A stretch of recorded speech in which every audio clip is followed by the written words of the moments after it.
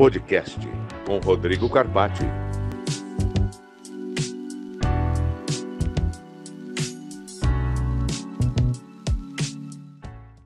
Olá, está no ar mais um podcast Rodrigo Carpati. Seja muito bem-vindo. Você pode assistir esse e outros programas através do meu canal do YouTube, Rodrigo Carpati. Não esqueça de seguir, curtir e compartilhar também. Hoje eu tenho um convidado especial, que é o Aldemir Sanches. Aldemir, seja muito bem-vindo. Obrigado. Nesse podcast vamos falar um pouco sobre os problemas inerentes aí, sempre voltado aos condomínios, mas com a sua expertise e experiência sobre os problemas da falta de AVCB, os cuidados, porque muita gente acha, Aldemir, que às vezes a burocracia ela é apenas algo para cumprir tabela. E a gente vê, inclusive trouxemos aí alguns vídeos, que o não cumprimento das normas inerentes ao Corpo de Bombeiros traz aí um prejuízo gigantesco e muitas vezes fulmina aí em desgraças como as que a gente acompanha ao longo dos anos. E os nossos prédios estão envelhecendo, né? Quanto mais tempo passa, mais eles ficam propensos. Seja muito bem-vindo. Obrigado, Rodrigo. É um prazer estar aqui no seu programa, tá?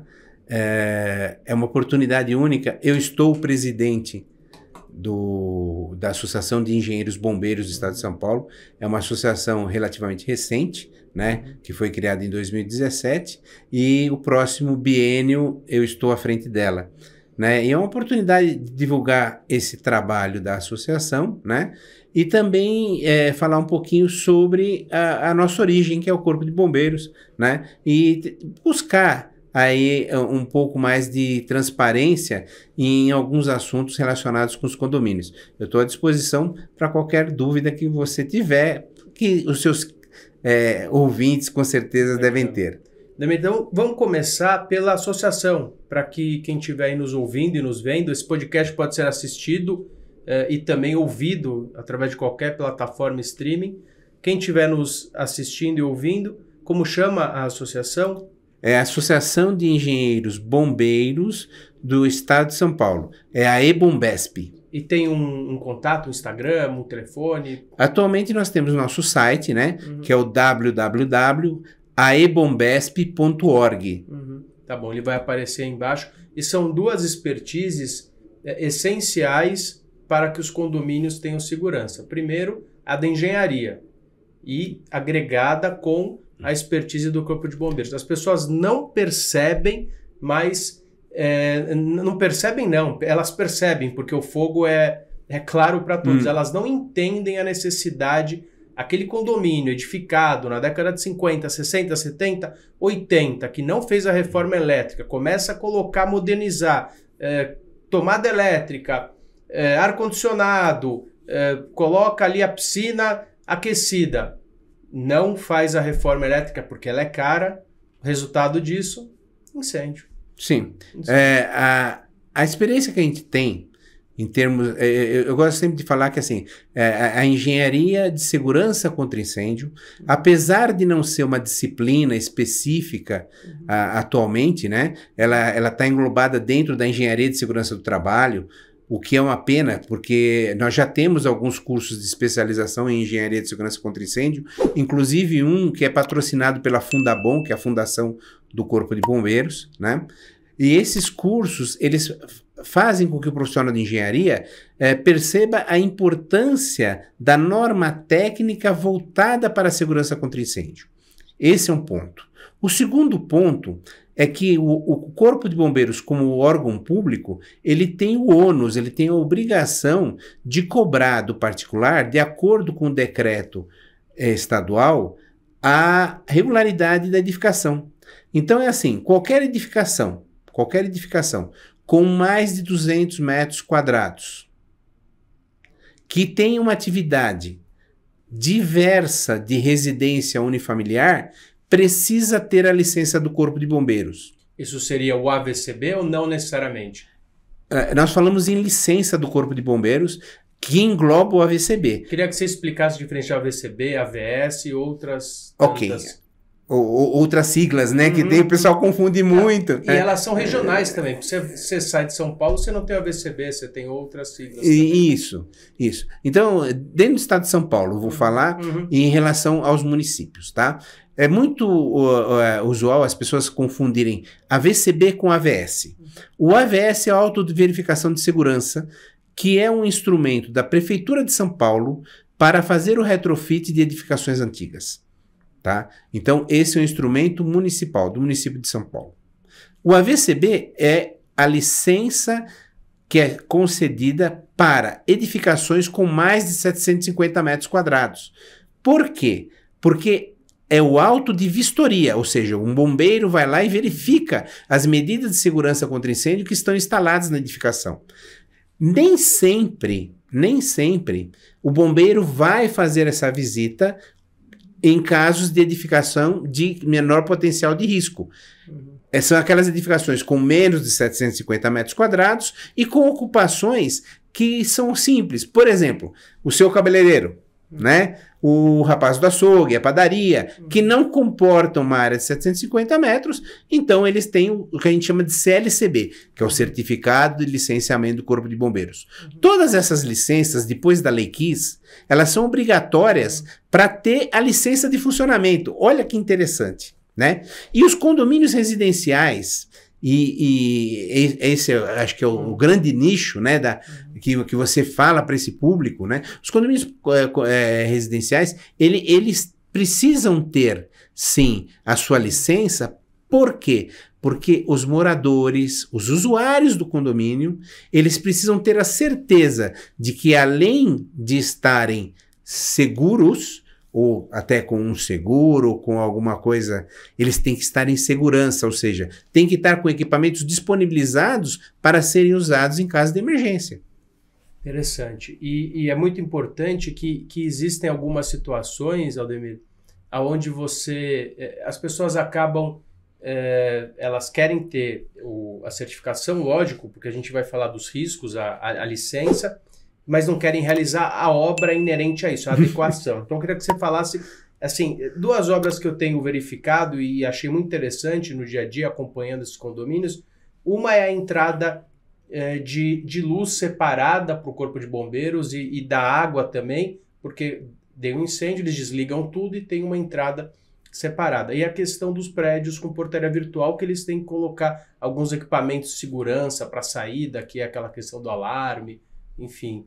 Você podia falar um pouquinho sobre isso? Sim, com certeza. Então, vamos focar principalmente nos condomínios residenciais, né? E os condomínios residenciais mais antigos, né? Porque as normas, elas evoluíram, né? As primeiras normas sobre segurança contra incêndio datam da década de 40. Olha, a força pública naquela época já tinha essa preocupação com incêndio. Mas depois... Nós tivemos incêndios emblemáticos naquela época, né? Nós tivemos grandes incêndios. Não, Foi depois? Foi depois. Essas primeiras normas que eu estou falando lá da década de 40, da força pública, eram relacionadas com eventos. Então, assim, gincanas, local de reunião pública, né? Ginásios desportivos. Então, tinham algumas normas específicas, que era obrigatoriedade de ter extintor ou não. Basicamente era isso. Aí, na década de 70, com o evento do Andraus e depois do Joelma, a preocupação aumentou muito. E mesmo na década de 60, no Rio de Janeiro, nós temos tido já um incêndio muito grande, né? Que foi o incêndio do circulador. E olha só, todos esses eventos aconteceram num período em que o país estava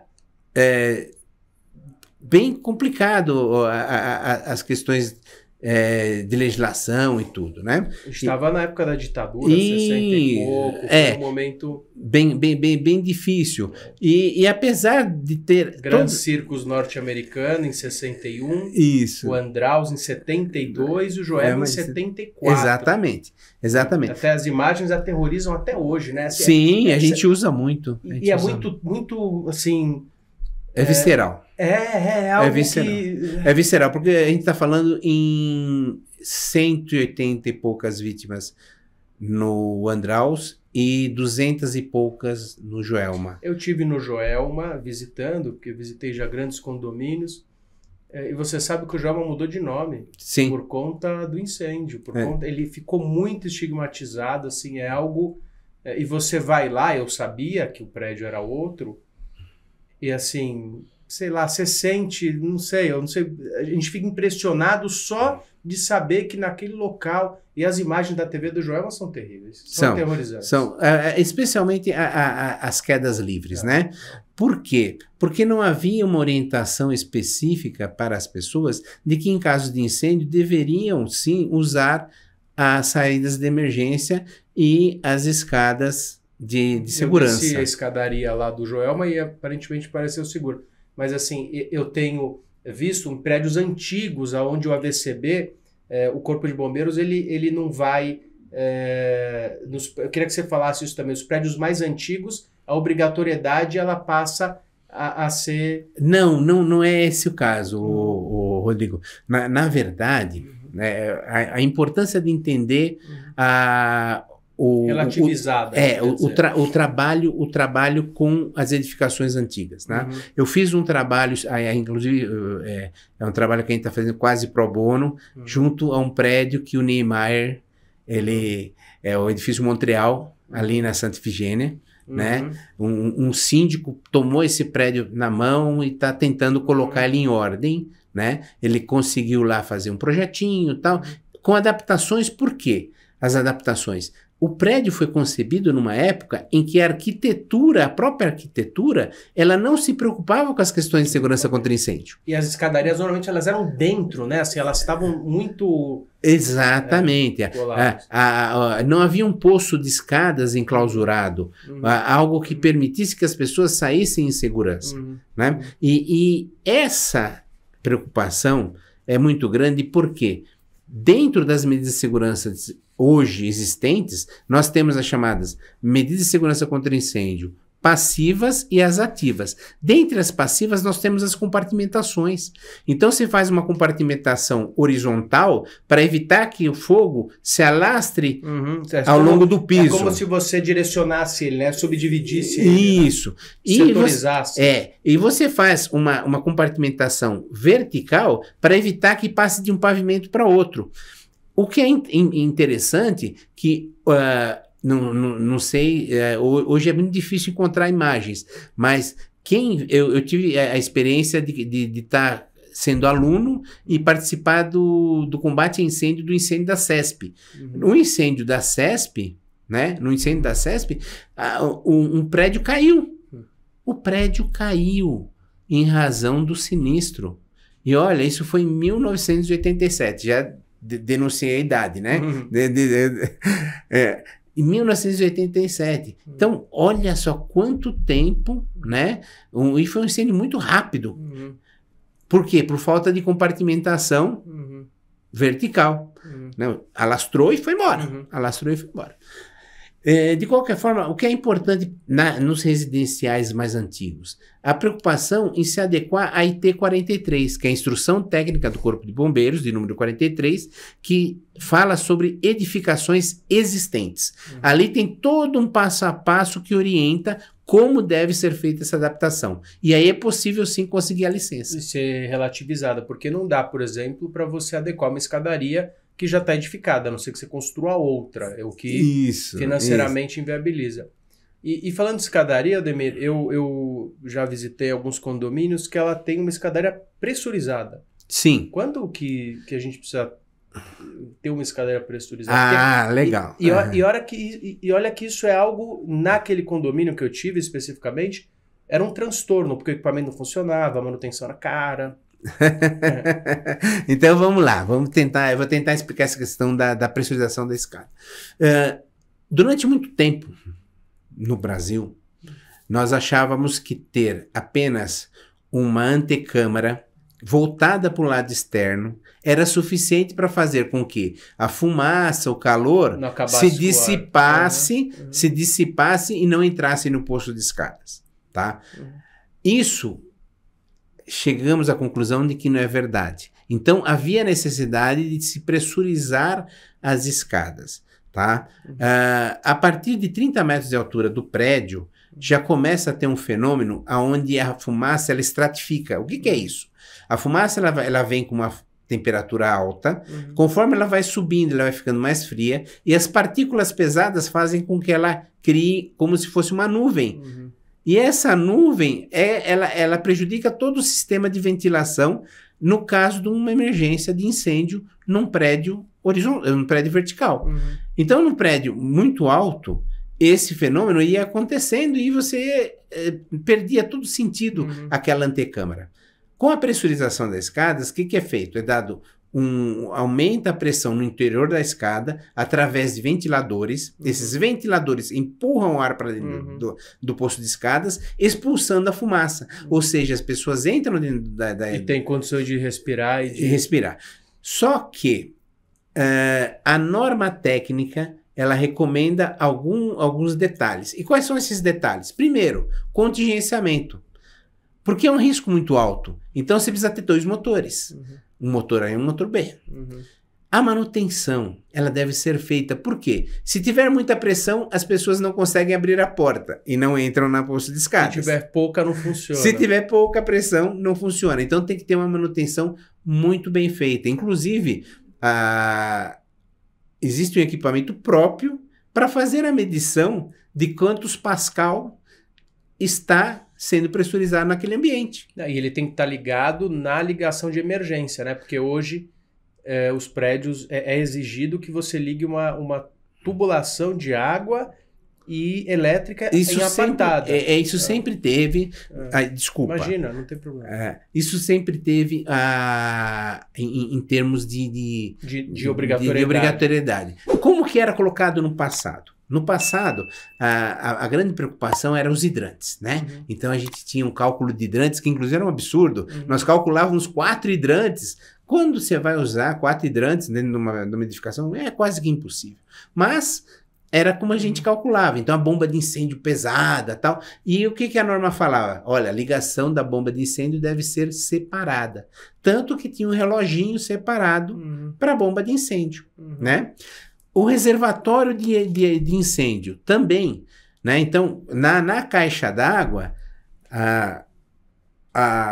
existem prumadas, e essas prumadas, elas fazem a captação da água. O reservatório de incêndio, ele está abaixo da água fria, ou seja, garantindo que sempre haverá água em caso de uma emergência. O que são aquelas coisas erradas, eu posso falar aqui? Deve.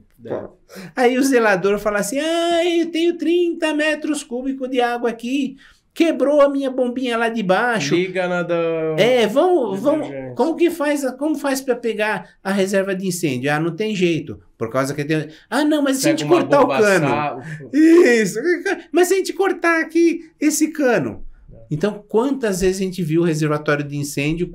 Se não acontece nada, tá tudo bem. Aí, outra questão é a questão das lixeiras na escadaria, sim, né? Sim, isso é bem complicado. Não, essa é uma questão que todo condomínio, toda vez que você fazer a VCB... E assim, também é uma questão errada, né, Aldemir?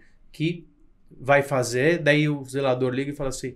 Todo mundo recolhe as lixeiras. Daí, já fez a vistoria, pode colocar. Ou pode ou não pode. Mas assim, eu tenho dúvidas... assim, eu moro num condomínio onde você tem sim, ela tá na rota de fuga. A lixeira tá na rota de fuga, então assim, não tem dúvidas do que ela precisa sair, mas assim, o prédio dos meus pais que teve que sair, ele tem um recuo, ele tem aqui o corredor, tem uma porta de corta-fogo, aqui tem outra porta de corta-fogo. E aqui tem uma câmera, e aqui estavam as lixeiras, tiveram que ser retiradas. Tá. Então eu vou tentar esclarecer um pouco essa questão. Quando a gente fala em prédio residencial, a gente tem que entender que a unidade privativa é unidade privativa. O que acontece lá dentro, né? Tudo acontece dentro de uma unidade privativa. E ninguém precisa saber. Ok. Mas quando nós saímos dali para a área comum, nós estamos numa área onde os riscos são compartilhados. Né? Por isso que nessa área do hall de elevadores, é considerada como área de rota de fuga. É um corredor de passagem e por esse motivo não deve ter armazenamento de material combustível nesse local. No posto de escadas e na antecâmara nem se cogita, né? Imagine uma criança brincando, né? Consegue lá uma caixa de fósforo, né? E tem lixeiras dentro do posto de escadas. Ela vai lá, acende o fósforo e joga na lixeira. Olha o estrago que está sendo feito. Né? Pode não atingir ninguém, mas o posto de escadas ele vai ficar totalmente tomado de fumaça. Sim, com certeza. Então, não pode ter material combustível no posto de escadas e não pode ter material combustível na antecâmara. Nem tampouco nos corredores, nos prédios residenciais. Por quê? Porque eles se constituem em rota de fuga.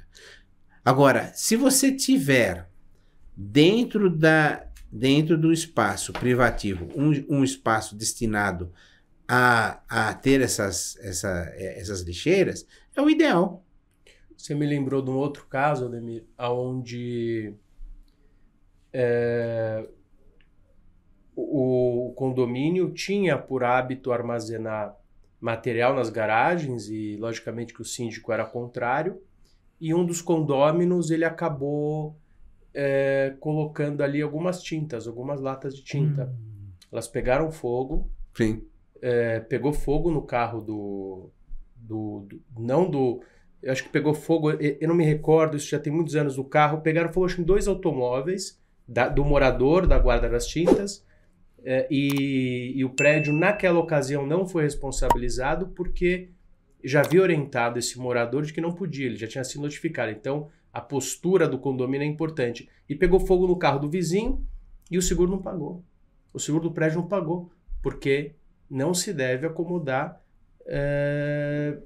material inflamável dentro do condomínio.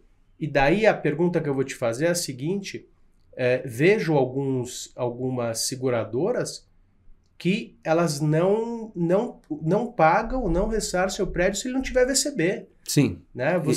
Essa é uma prática recente. Essa é uma prática recente e é uma prática salutar. Né? A licença é obrigatória. Obrigatória, né? Usando uma expressão aí do jurídico, né? É cogente. É cogente, é obrigado a ter. Então, se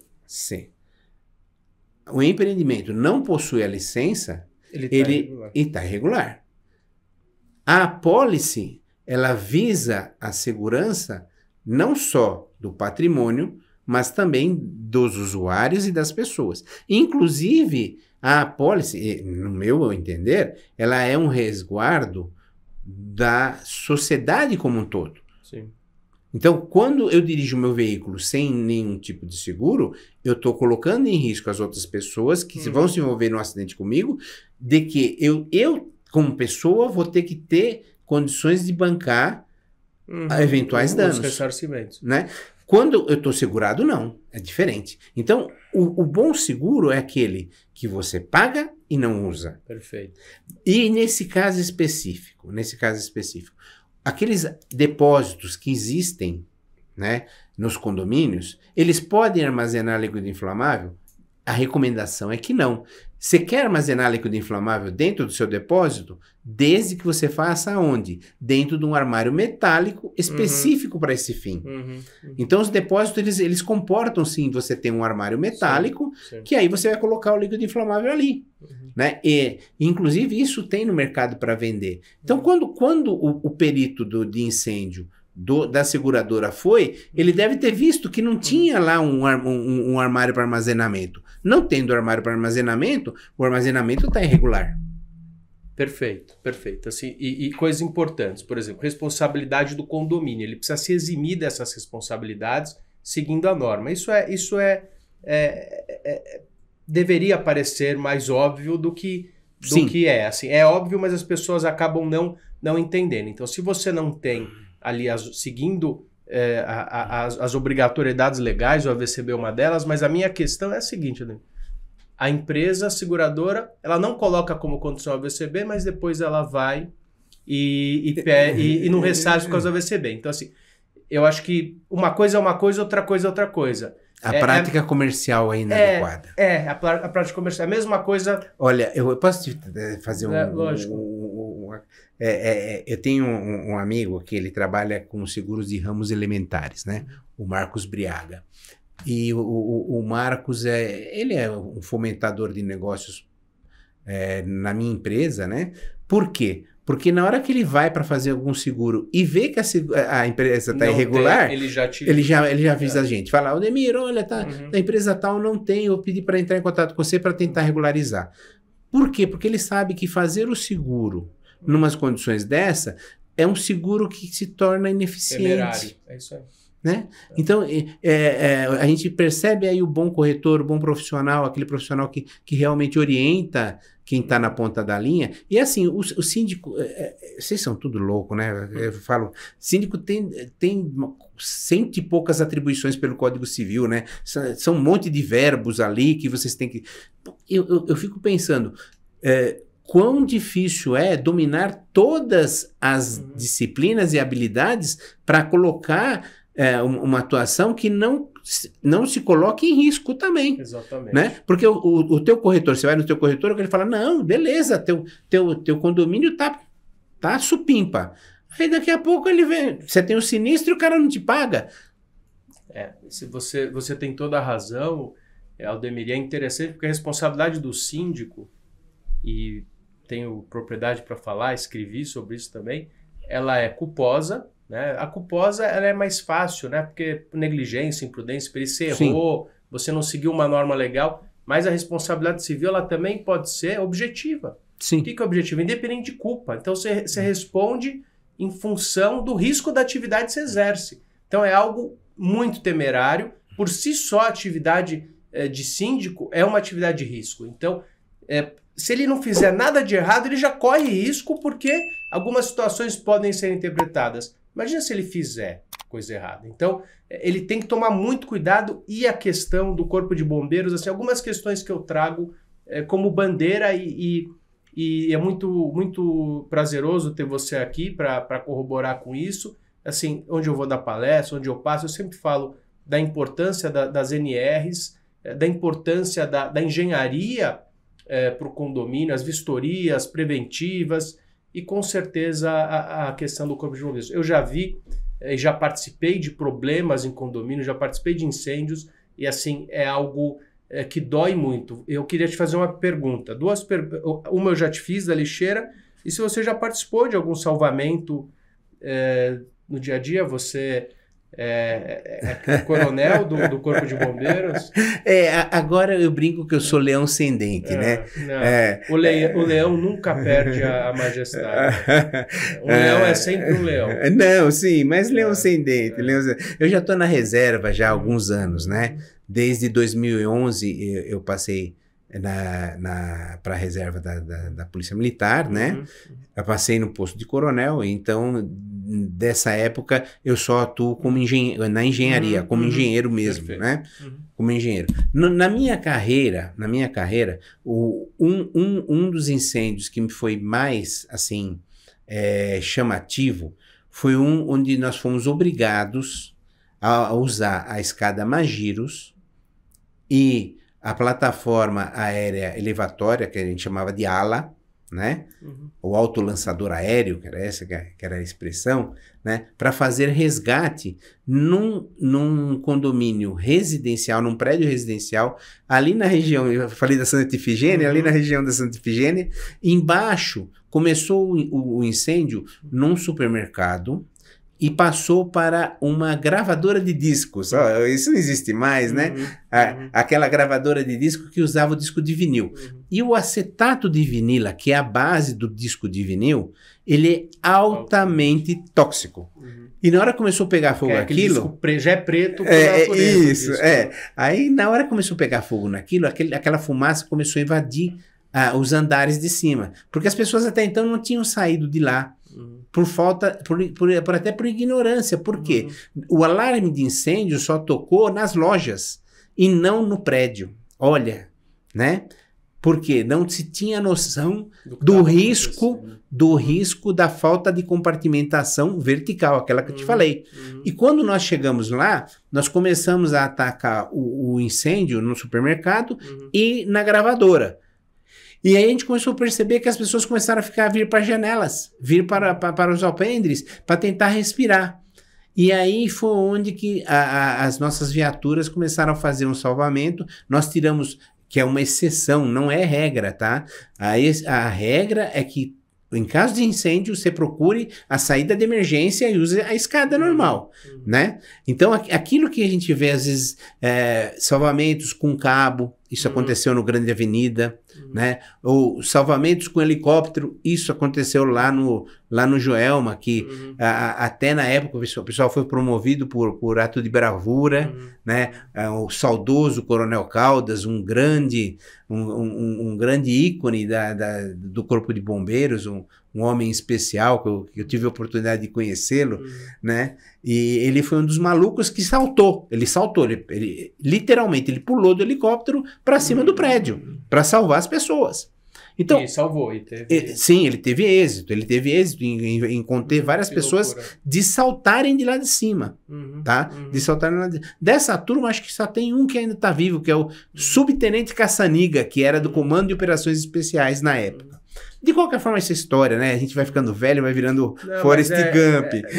Quem não tem história, não tem nada. História é conhecendo o passado que a gente constrói o futuro. E foi muito, muito marcante para mim essa questão de ver as viaturas tendo que tirar as pessoas. Sendo que, se tivesse uma boa orientação, aquele era um prédio relativamente...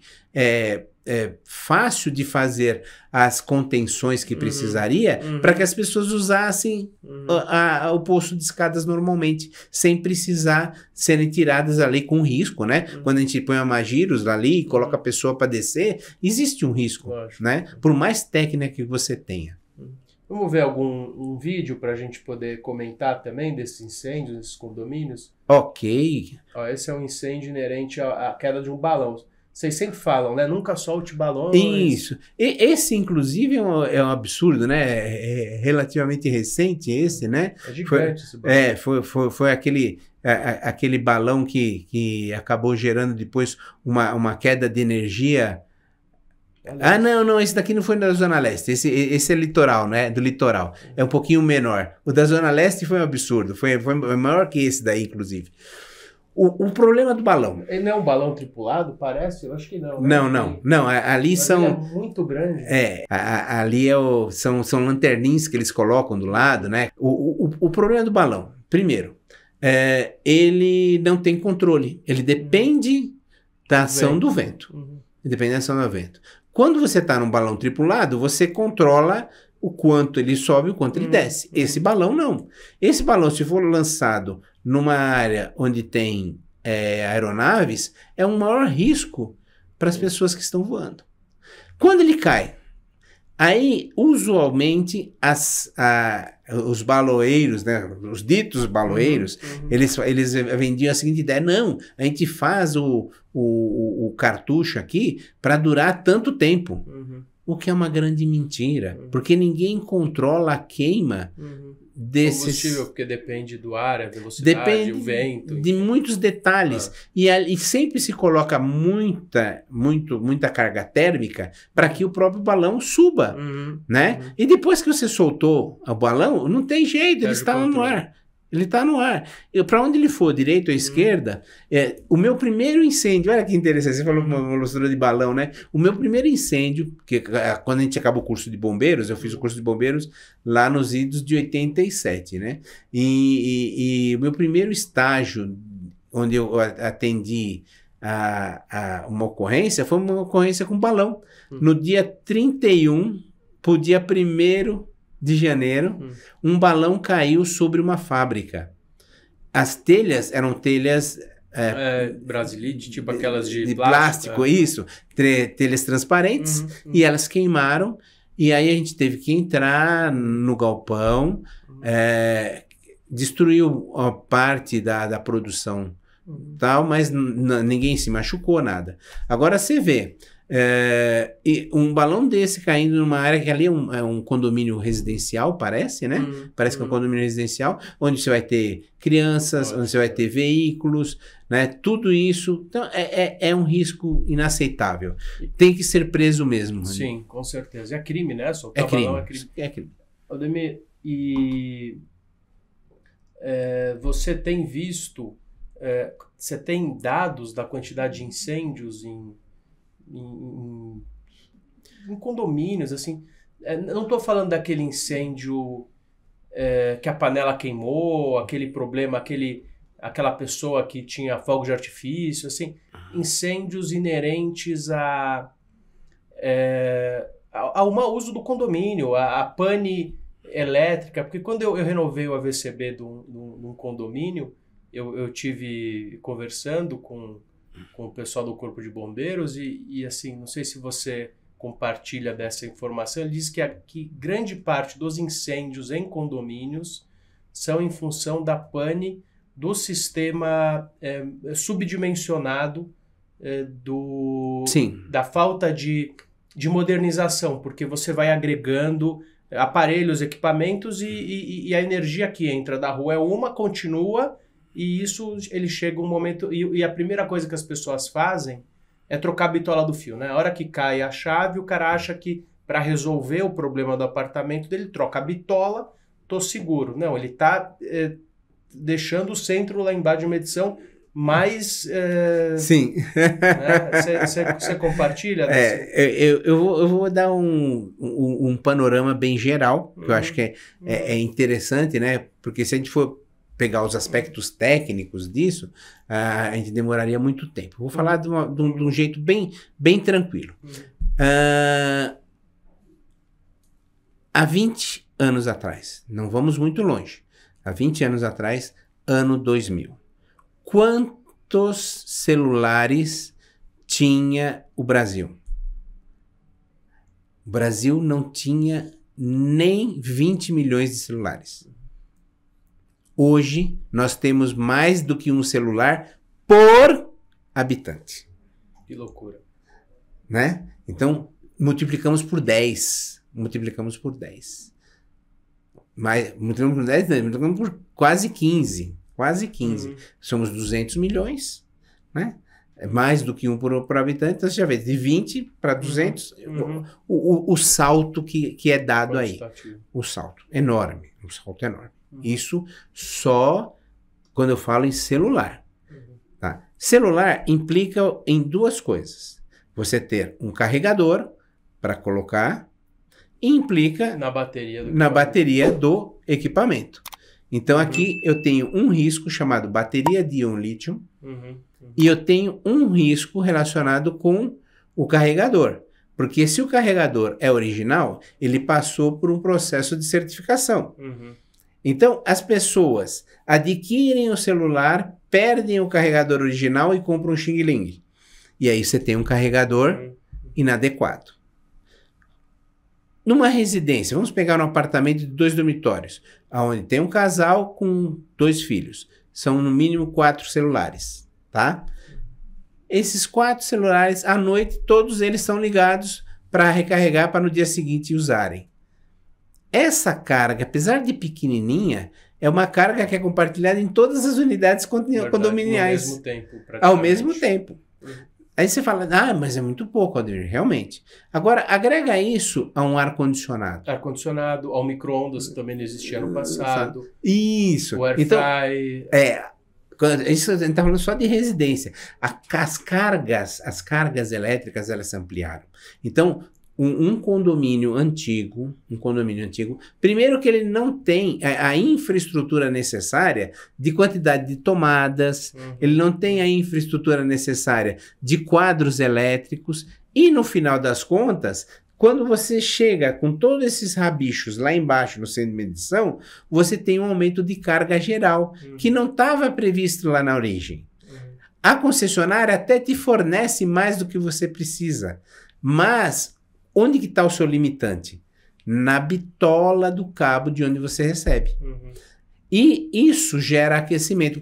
Por isso que a gente sempre recomenda o uso da termografia.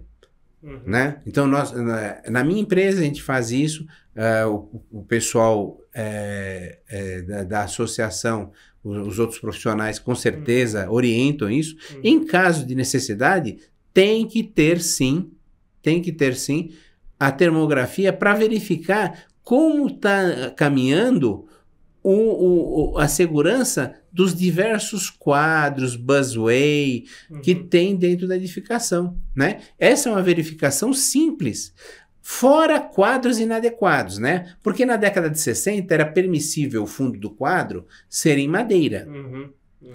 Porque é um ótimo isolante. É um ótimo isolante. Só que combustível, material combustível. As normas, elas vieram depois regulamentando e eliminando essa situação.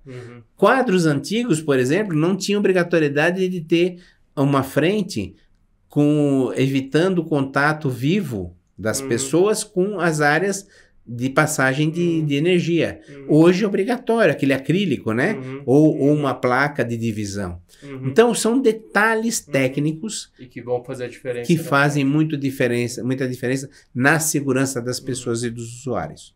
Demir, infelizmente a gente está chegando ao final desse papo maravilhoso. Podia ficar aqui mais horas conversando contigo, porque depois a gente vai repetir esse podcast, fazer outro. Olha, com certeza, se quiser nos convidar novamente, se quiser convidar, inclusive, com algum nicho específico, a nossa associação, nós somos em 64 profissionais que fundaram a associação. Nós estamos ampliando a associação com a ideia de trazer especialistas em segurança contra incêndio também, que temos profissionais civis que são especializados na área de segurança contra incêndio, para fazer o quê? Uma associação forte, que possa, sim, trazer para a sociedade o melhor que tem em termos de segurança contra incêndio.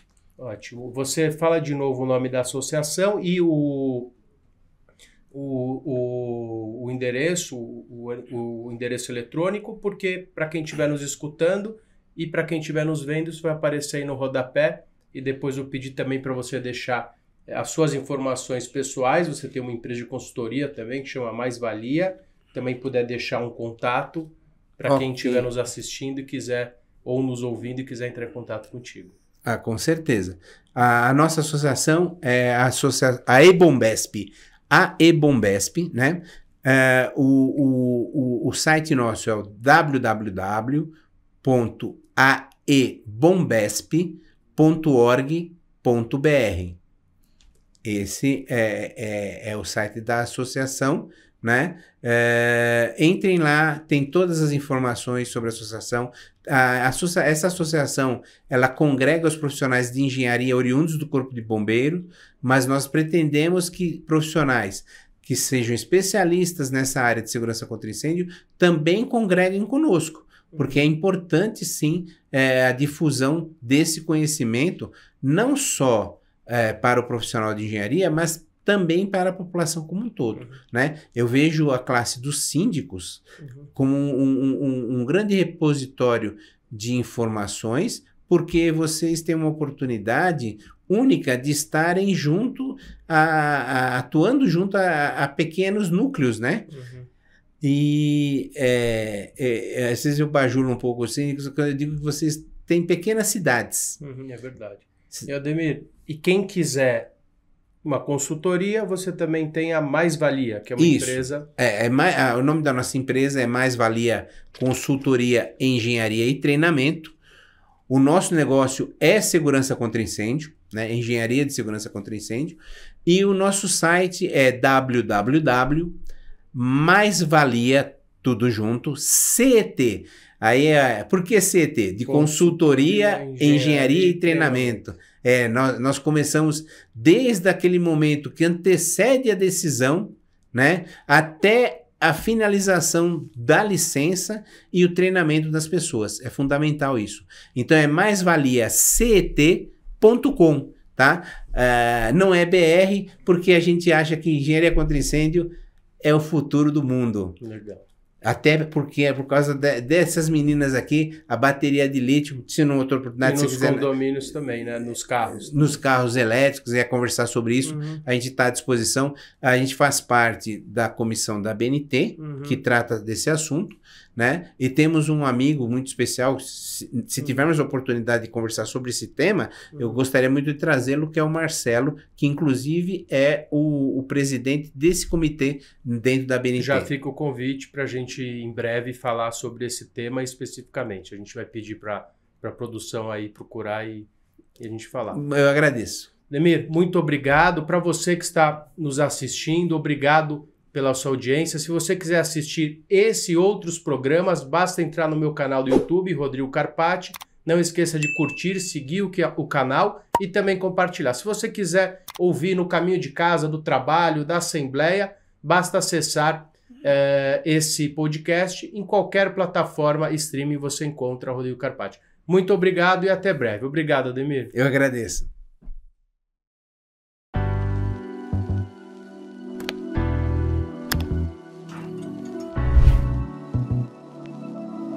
Podcast com Rodrigo Carpati.